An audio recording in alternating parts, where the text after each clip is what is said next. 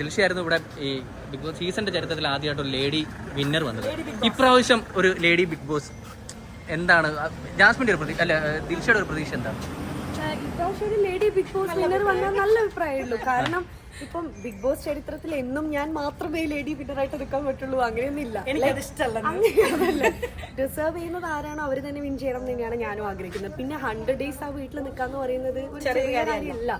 അതിപ്പം ഇപ്പൊ ടോപ്പ് 5 എന്ന് പറയുന്നത് ഈ ടോപ്പ് 5 എല്ലാവരും അതിൽ വിന്നേഴ്സ് ആണ്. കാരണം ആ 100 days അത്രയും സ്ട്രഗിൾ ചെയ്ത് നിൽക്കുന്നതെന്ന് പറയുന്നത് പുറത്തു നിന്ന് കാണുന്ന ആളുകൾക്ക് അതൊരു എന്റർടൈൻമെന്റ് ആണ്, അടി ബഹളം അത് ഇതൊക്കെ. പക്ഷെ അവിടെ നിൽക്കുന്ന ആളുകൾക്കേ അറിയുള്ളൂ അത് എത്രമാത്രം സ്ട്രഗ്ലിംഗ് ആണ്.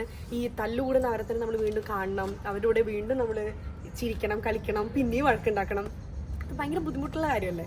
അപ്പം അവർ ഇത്രയും 100 days നിന്നു എന്ന് പറയുന്നത് തന്നെ ഒരു വലിയ കാര്യമാണ്. അപ്പൊ ആരാണെങ്കിലും വലിയ അച്ചീവ്മെന്റ്. പിന്നെ അറ്റ് ദി എൻഡ് ഓഡിയൻസ് ആണ് തീരുമാനിക്കുന്നത് ആര് വിൻ ചെയ്യണം എന്നുള്ളത്. അപ്പം ഇന്ത്യക്കും പറയാണ്, ഒരു ലേഡി കണ്ടസ്റ്റന്റ് എന്നുള്ള നിലയിൽ ജാസ്മിൻ ഇത്രയും നാൾ ആ വീട്ടിൽ 100 ദിവസം നിന്നപ്പോൾ അനുഭവിച്ച കുറേ കാര്യങ്ങളുണ്ട്. എന്ന് വെച്ചാൽ കുറേ പേഴ്സണൽ അറ്റാക്കുകൾ കുറേ നേരിട്ടിട്ടുണ്ട്. അത് മേ ബി ഇനിയിപ്പോൾ ആളുകൾ എങ്ങനെയാണ്, ഇപ്പോൾ ആളുകൾ ഡിഫറെന്റ് ക്യാരക്ടർ ആണല്ലോ. പക്ഷെ അതൊക്കെ വരുമ്പോൾ അതിനെ ഉൾക്കൊള്ളാൻ പറ്റുന്ന തന്റെ ഇടം അത് കാര്യമാണ്. കാരണം നമ്മളൊക്കെയാണ് തളർന്ന് പോയേനെ. 100 ദിവസം നിന്നുകൊണ്ട് പറയണ അവസാനമൊക്കെ ആകുമ്പോൾ നമ്മളൊക്കെ ഡിപ്രസ്ഡ് ആയി പോകും. നമ്മൾക്കത് ആ ഒരു സ്റ്റേജിലൂടെ കടന്നു പോയിട്ടുണ്ട്. അപ്പൊ അതൊക്കെ അപ്രീഷിയേറ്റ് ചെയ്യേണ്ട കാര്യമാണ്. പിന്നെ എനിക്ക് തോന്നിയത് എപ്പോഴും നമ്മുടെ ബിഗ് ബോസ് ഓഡിയൻസിന് എപ്പോഴും ആണുങ്ങൾ എപ്പോഴും മുന്നോട്ട് വരണം, വിന്നർ ആവണം, എപ്പോഴും സപ്പോർട്ട് ചെയ്യാൻ അങ്ങനെ കൂടുതൽ കണ്ടേക്കണം ഇതുവരെ.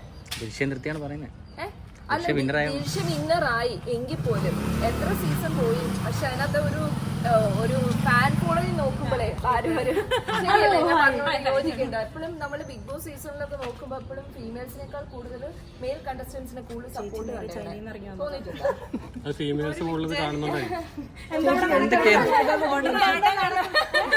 ഞാൻ നിങ്ങൾ അന്വേഷിച്ച് വന്നപ്പോ ശ്രുതിലക്ഷ്മി ഫ്രം ചൈന ബിഗ് ബോസിനെ ഇവിടെ സഹിക്കാൻ മേലാണ്.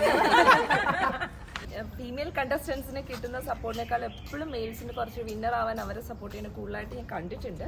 എന്നും പറയും ഞാൻ ഒരാളെ സപ്പോർട്ട് ചെയ്യല്ലോ, കാരണം ഇവിടെ ഡിസേർവിംഗ് ആയിട്ടുള്ള ഒരാൾ തന്നെ വിന്നർ ആവണം തന്നെ ആഗ്രഹിക്കുന്നത്. കോൺട്രവേഴ്സിക്കുള്ള ഒരു സാധനം കിട്ടിയല്ലോ. കോൺട്രവേഴ്സി ഒന്നുമില്ല, ഞാൻ അങ്ങനെ പറഞ്ഞില്ല ഇന്ന ആള് വിന്നർ ആവണമെന്ന് പറഞ്ഞു. അങ്ങനെ എങ്ങനെ ഇട്ടിട്ടുണ്ടെങ്കിൽ ശരിയാക്കാം. എവിടെയാ വീട് പറഞ്ഞേ? അല്ല, വീണ്ടും ഒരു ലേഡി വിന്നർ വരണമെന്ന് ആഗ്രഹിക്കുന്നുണ്ടോ തന്നെ? ഇതാണ് വേണ്ടതെന്ന് തോന്നുന്നു. അല്ല, ആഗ്രഹിക്കുന്നുണ്ട്. ചിലപ്പം പറയാൻ പറ്റില്ല, ഓരോരുത്തർക്കും ഓരോ രീതിയാണ്. എന്തുകൊണ്ട് ലേഡി വിന്നർ ആയിക്കൂടാ എടുക്കാൻ പറ്റുമോ? പറഞ്ഞു വിട്ടതാണോ? നമ്മൾ ഓൾറെഡി എന്തുകൊണ്ട് ആയിക്കൂടാ? അത് ചെയ്യാൻ പാടില്ലല്ലോ, സ്റ്റോറി ഇടാൻ പാടില്ലായിരുന്നോ? അല്ല, അങ്ങനെ ചോദിക്കാൻ തെറ്റുണ്ടോ?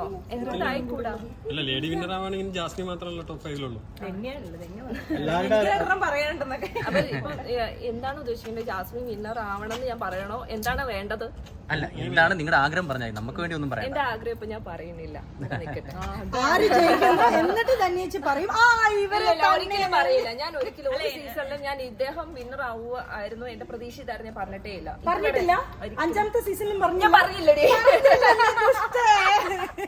എന്റെ പൊന്നോ, ഞാൻ ആഗ്രഹം പറഞ്ഞില്ല. ഇവളെ അവിടെ നിന്ന് ആഗ്രഹം ഞാൻ പറഞ്ഞിട്ടുണ്ട്. ധന്യ റനീഷ നമ്മൾ എത്ര വർഷത്തെ പരിചയമാണ്? 5, 6, 24 വർഷമായി കാണും അല്ലേ പരിചയമായിട്ട്?